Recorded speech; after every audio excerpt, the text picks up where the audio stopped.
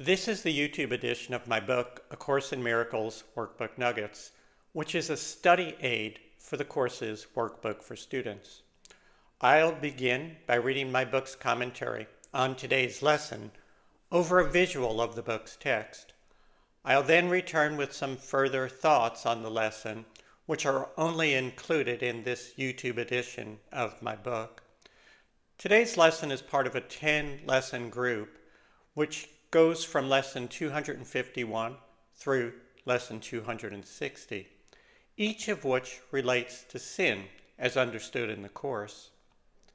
I'll be repeating the same introduction for each of lessons 251 through 260, so you can skip past this introduction in the future if you like.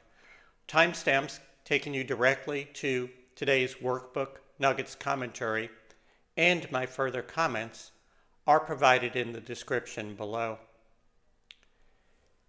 In the section entitled, What is Sin?, which precedes these 10 lessons, we are told that sin is insanity and that there is no sin.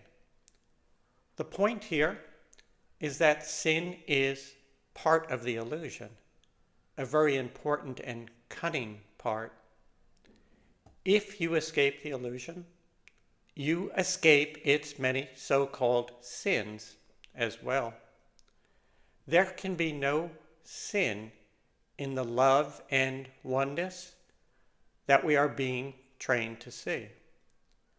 Obsessing over the so-called sins of yourself and others only keeps you here in the illusion. Don't take the bait. Wake from the illusion and be free.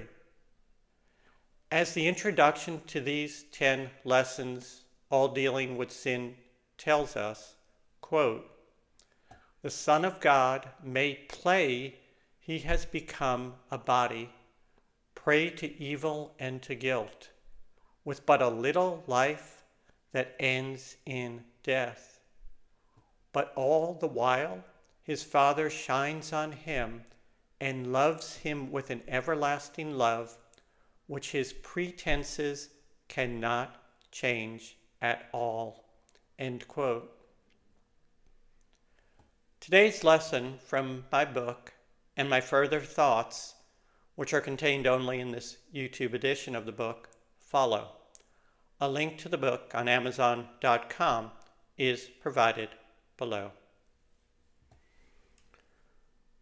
Lesson number 252, September 9. The Son of God is my identity. The lesson title is a direct and unequivocal statement of what you are. But always remember that, 1, it is true of you and every other person in the world, and 2, it is not talking about the body and everyday person you call yourself. You will not, quotes, waken to the truth, as requested in today's prayer, unless you truly realize and internalize that the physical, quotes, you, which you think you are, is not the real you. But that realization is the only step you need to take. When you take it, when you clear away the falsities, the truth comes rushing in of its own. You need not find enlightenment. It will come to you. The title of today's lesson is The Son of God is my identity. This is the rejoinder to the title of yesterday's lesson, which was, I am in need of nothing but the truth.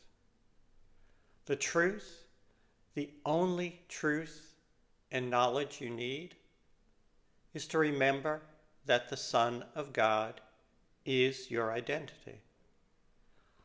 Whatever your body and ego may have done or appear to be, the sinless Son or child of God is your identity.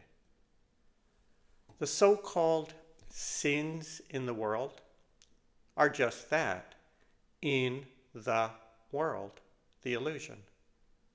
They cannot stain the sinless child of God within, your true eternal identity.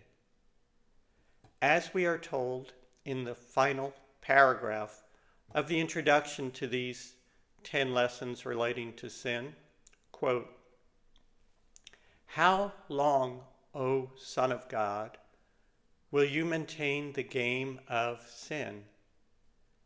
Shall we not put away these sharp-edged children's toys? How soon will you be ready to come home? Perhaps today? There is no sin. Creation is unchanged. Would you still hold return to heaven back? How long, O Holy Son of God, how long?" End quotes.